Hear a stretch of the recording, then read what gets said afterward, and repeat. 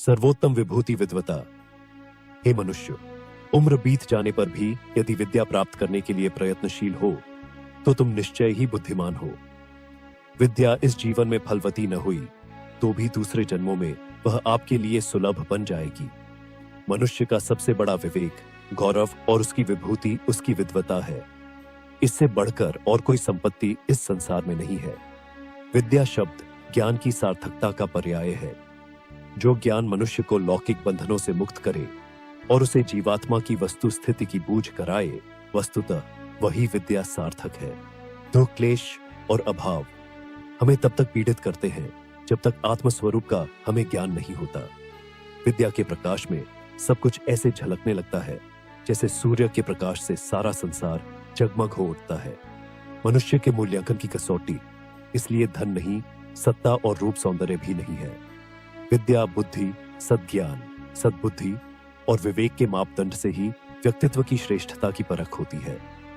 बुद्धिमान ही सच्चे धनी होते हैं। योग्यता, विद्वता और प्रतिभा ही बड़प्पन की कसौटी है। महान पुरुष सदैव ऐसे ही अधिकारी पुरुषों का सानिध्य प्राप्त करने की अभिलाषा करते हैं जिन्हें विद्या के माध्यम से ही प्रवीणता प्राप्त हुई हो। महाराज धृतराष्ट्र को कौरवों तथा पांडवों को शस्त्र प्रशिक्षण के लिए किसी सुयोग्य आचार्य की आवश्यकता थी, किंतु कोई विद्वान राजगुरु उन्हें दिखाई न दिया। एक दिन द्रोणाचार्य भी उनकी सभा में आए। धनुर्विद्या में प्रवीण आचार्य का पांडित्य देखकर महाराज मुग्ध हो गए और उन्होंने समझ लिया कि इनके समीप रहकर बालकों के चरित्र का विकास हो सकेगा। अकेले शस्त्र प्रशिक्षण की बात रही होती तो वह कार्य कोई भी कर सकता था। नैतिक स्तर ऊंचा उठाने के लिए विद्वता भी तो अपेक्षित है। प्राचीन काल में अध्यापन कार्य इसीलिए सबसे कठिन कार्य माना जाता था और कोई विद्वान पुरुष ही शिक्षक बनने का साहस कर सकते थे। ऐसे व्यक्तियों को शिक्षण का कार्य सौंपा जाता था जो अक्षर ज्ञान के साथ मनुष्य की प्रतिभा विकसित करने के लिए सामर्थ्यवान हो सकते। वह वस्तु विद्या ही है जो मनुष्य को श्रेष्ठ बनाती और ऊंचे उठाती है। गिरे हुए समाज के उद्धार के लिए भी विद्या एक अनिवार्य आवश्यकता है। आधुनिक विद्या का स्वरूप कुछ बदल गया है। वह पूर्णतया अशक्त हो चुकी है। लोगों का चरित्र बल, कर्मशक्ति, आशा, विश्वास, उत्साह, पौरुष, संयम और सात्विकता जागृत करने की शक्ति उसमें नहीं रही। जिस विद्या में कर्तव्य शक्ति को प्रेरणा न मिलती हो, स्वतंत्र रूप से विचार करने की बुद्धि न आती हो, परिस्थितियों से टकराने की सामर्थ्य जो न दे सके, वह विद्या निस्तेज है, निष्प्राण है। आज का युग कुछ ऐसा ही हो रहा है। विद्यार्थी डिग्रियां प्राप्त करके निकलते हैं तो उनमें छल कपट, धूर्तता, दुष्चरित्रता, फैशन परस्ती, विलासिता और द्वेष, अहंकार के अतिरिक्त कुछ दिखाई नहीं देता। स्वतंत्र चिंतन का उनमें बिल्कुल अभाव होता है। विचारों की पराधीनता का नाम अविद्या है। जो मनुष्य को स्वाधीन बनाए, सर्वोपरि साहसी बनाए, विद्या कहलाने का गौरव उसे ही मिल सकता है। उसकी विशेषताएं और उसके सुखों के प्रति जब मनुष्य की चेतना एक मुखी हो जाती है तो उसकी प्रतिभा का विकास रुक जाता है। विकास का अर्थ यह लौकिक संपदाओं की विपुलता प्राप्त कर लेना नहीं है। वह विशुद्ध रूप से आध्यात्मिक जागृति का लक्षण है। मनुष्य का स्वत्व है उसकी आत्मा और उसकी विशेषताएं सद्गुण, सद्प्रवृत्ति और सदाचार। आत्मा की इन विशेषताओं को उपलब्ध करना ही इस जन्म का उद्देश्य है और जो इस दिशा में हमारी चेतना को अग्रसर करे वही सच्ची विद्या है। यह ज्ञान वैदिक साहित्य में कूट कूट कर भरा है, किंतु बाह्य शक्तियों के संघात के कारण परिस्थितियां ऐसी बन गई है कि यह वाङ्मय आधुनिक शिक्षा के मलबे में दबकर रह गया है। इससे जीवन का आध्यात्मिक क्षेत्र बिल्कुल उपेक्षित बनकर रह रहा है। सर्वत्र दुह, क्लेश और अशांति के लिए इस युग का भौतिकतावादी दृष्टिकोण ही अधिक दोषी है। एक कठिनाई यह है कि इस ज्ञान को व्यवहारिक रूप में प्रस्तुत करने के प्रयत्न भी बिल्कुल निर्बल और कमजोर हो गए हैं। जहां तहां कुछ ऐसी प्रवृत्तियां चलती भी हैं, किंतु व्यक्तित्व के अभाव के कारण वह प्रभाव उत्पन्न नहीं हो पाता जो जनजीवन की दिशा बदल सके। भारतीय संस्कृति का पतन भी व्यक्तित्व के अभाव में ही हुआ है। देवालयों, शिक्षालयों, बिहार श्रावण और संघों से लोगों की आस्था उठ जाने का कारण यही था कि उनमें व्यक्तित्व न रहा।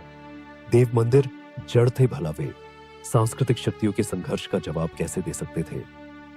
इससे धर्म के प्रति लोगों की आस्था उठ गई और सर्वत्र अविद्या का ही अंधकार छाकर रह गया। वह विद्या जो मनुष्य को सही दिशा, सही मार्ग और सच्चा प्रकाश दिखाती है, उसे अध्यात्म कहते हैं।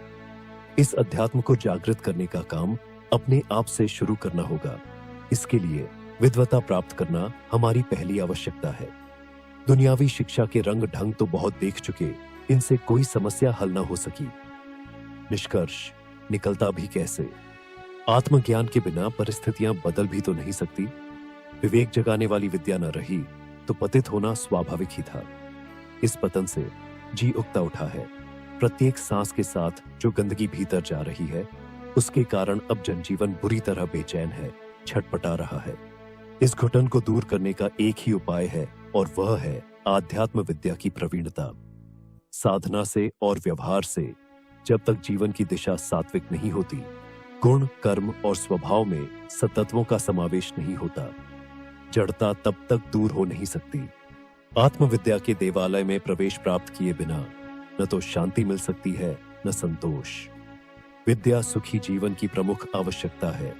इसे यूं ही ठुकराया नहीं जा सकता। जिस विद्वता से मनुष्य स्वयं ही अपना योग्य साथी बनता है, उसे प्राप्त करने के लिए अधिक अनुभव, सहनशीलता और अधिक अध्ययन की आवश्यकता है। अनुभव का उपयोग जीवन को शुद्ध बनाने के लिए है। कदम कदम पर जो कठिनाइयां मनुष्य का रास्ता रोकती है, उनसे बचते रहने का ज्ञान प्राप्त करना ही अनुभवी होना है। अनुभव विवेक का बड़ा भाई है। सत्य असत्य की शिक्षा उसी से मिलती है। इसलिए प्रत्येक गतिविधि को एक पाठ समझकर उसकी विलक्षणताओं का अध्ययन सूक्ष्मता से करते रहना चाहिए। असंगत वस्तुओं का ज्ञान इसी तरह होगा। विद्या आत्मा की प्यास है। इसकी पूर्णाहुति आत्मज्ञान से ही होती है। अतः यह कहा जा सकता है कि अपने जीवन लक्ष्य की पूर्ति के लिए विद्या प्रमुख आवश्यकता है। कठोर प्रयत्नों से भी इसे प्राप्त किया जाना चाहिए। जो इसकी ओर ध्यान नहीं देता और अपने समय को व्यर्थ ही नष्ट किया करता है, वह सदा मनुष्य जन्म के फल से वंचित रहता है। विद्या मनुष्य की मलिनताओं को मिटाकर उसे कांतिवान बनाती है। आग में तपाए हुए सोने की शुद्धता में कोई संदेह नहीं रहता। आत्मज्ञान का लक्षण विद्वता है। वह मनुष्य की सर्वोत्तम विभूति है। उसे प्राप्त करने का हर संभव प्रयास करना चाहिए।